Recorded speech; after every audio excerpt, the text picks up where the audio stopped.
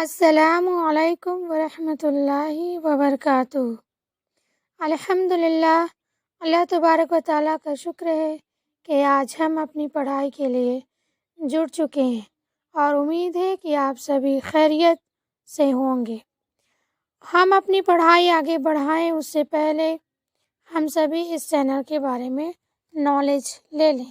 اس channel سے ہمیں معلوم چلتا ہے کہ ہم مسلمان کیسے رہیں، دنیا اور آخرت کی کامیابی ہمیں کیسے مل سکتی ہے، اللہ اور اللہ کے رسول کی اطاعت ہمیں کیسے کرنی ہے۔ تو اس چینل سے جڑنے کے لیے اس چینل کو سبسکرائب کر لیں، بیل آئیکن کو آل کر دیں اور اس ویڈیو کو لائک ضرور کر دیں اور اس ویڈیو کو لوگوں تک ضرور شیئر کر دیں۔ تو ہم اپنی پڑھائی چالو کرتے ہیں۔ بسم اللہ۔ ہماری آج کی ٹاپک ہے خدا کی اطاعت کس لیے؟ تو چلے پھر پڑھتے ہیں۔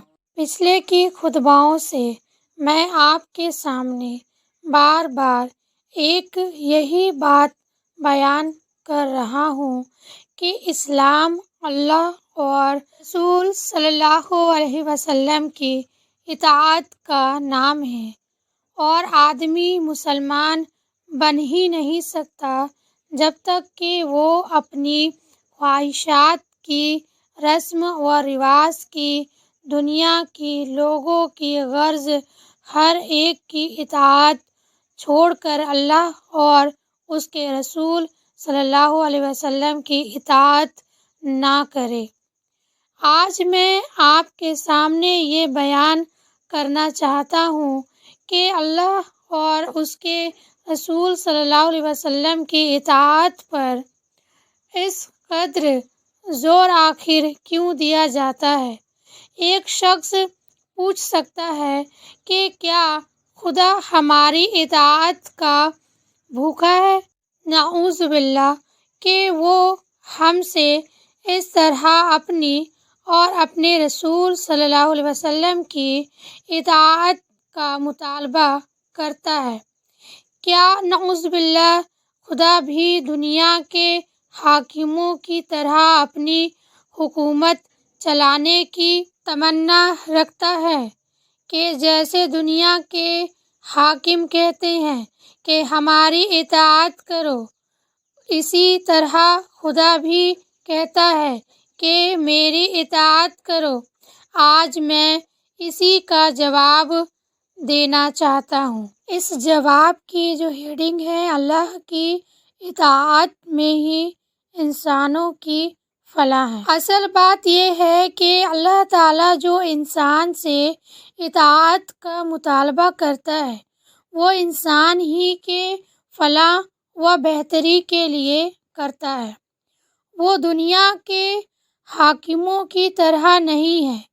دنیا کے حاکم اپنے فائدے کے لیے لوگوں کو اپنی مرضی کا غلام بنانا چاہتے ہیں، مگر اللہ تعالیٰ فائدوں سے بے نیاز ہے۔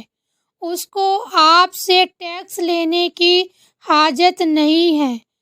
اسے مکان بنانے اور کار خریدنے اور آپ کی کمائی سے اپنے عیش کے سامان جمع کرنے کی حاجت نہیں ہے۔ وہ پاک ہے، کسی کا محتاج نہیں ہے۔ دنیا میں سب کچھ اسی کا ہے اور سارے خزانوں کا وہی مالک ہے۔ وہ آپ سے صرف اس لیے اطاعت کا مطالبہ کرتا ہے کہ اسے آپ ہی کی بھلائی منظور ہے۔ وہ نہیں چاہتا کہ جس مخلوق کو اس نے بہترین مخلوق بنایا ہے وہ شیطان کی غلام بن کر رہے، یا کسی انسان کی غلام ہو، یا ذلیل ہستیوں کے سامنے سر جھکائے۔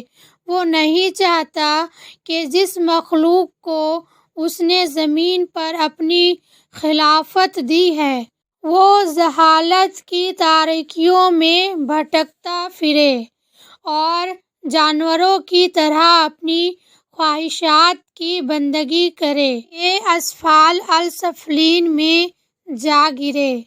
اس لیے وہ فرماتا ہے کہ تم ہماری اطاعت کرو۔ ہم نے اپنے رسولوں کے ذریعے سے جو روشنی بھیجی ہے اس کو لے کر چلو پھرو، تم کو سیدھا راستہ مل جائے گا اور تم اس راستے پر چل کر دنیا میں بھی عزت اور آخرت میں بھی عزت حاصل کر سکو گے۔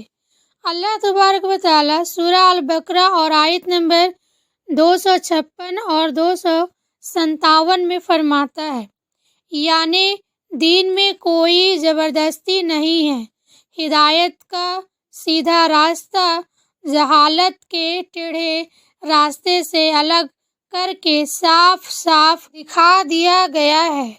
اب تم میں سے جو کوئی جھوٹے خداؤں اور گمراہ کرنے والے آقاؤں کو چھوڑ کر ایک اللہ پر ایمان لے آئے، اس نے ایسی مضبوط رسی تھامی جو ٹوٹنے والی نہیں ہے، اور اللہ سب کچھ سننے اور جاننے والا ہے۔ جو لوگ ایمان لائے ان کا نگہبان اللہ ہے، وہ ان کو اندھیروں سے نکال کر روشنی میں لے جاتا ہے، اور جو لوگ کفر کا طریقہ اپناتے ہیں ان کے نگہبان ان کے جھوٹے خدا اور گمراہ کرنے والے آقا ہیں، وہ ان کو روشنی سے نکال کر اندھیروں میں لے جاتا ہے، وہ دوزخ میں جانے والے ہیں جہاں ہمیشہ رہیں گے۔ تو الحمدللہ جو آج ہم لوگوں نے پڑھا وہ یہ ہے کہ ہمیں اللہ کی اطاعت کیوں کرنی چاہیے۔ تو ہمیں یہ بات سمجھ میں آ گیا ہے کہ اللہ تبارک و تعالیٰ دنیا کے حاکم و آقا کی طرح نہیں ہے۔ اللہ کو ہم سے کوئی بھی فائدہ نہیں چاہیے۔ اللہ تبارک و تعالیٰ ہر چیز سے بے نیاز ہے۔ اور دوسری بات ہم کو یہ سمجھ میں آ گئی کہ ہم انسانوں کے لیے اللہ اور اس کے رسول کی اطاعت ہی ہمارے لیے فائدہ مند ہے، جو ہمیں دنیا اور آخرت میں کامیاب کر سکتی ہے۔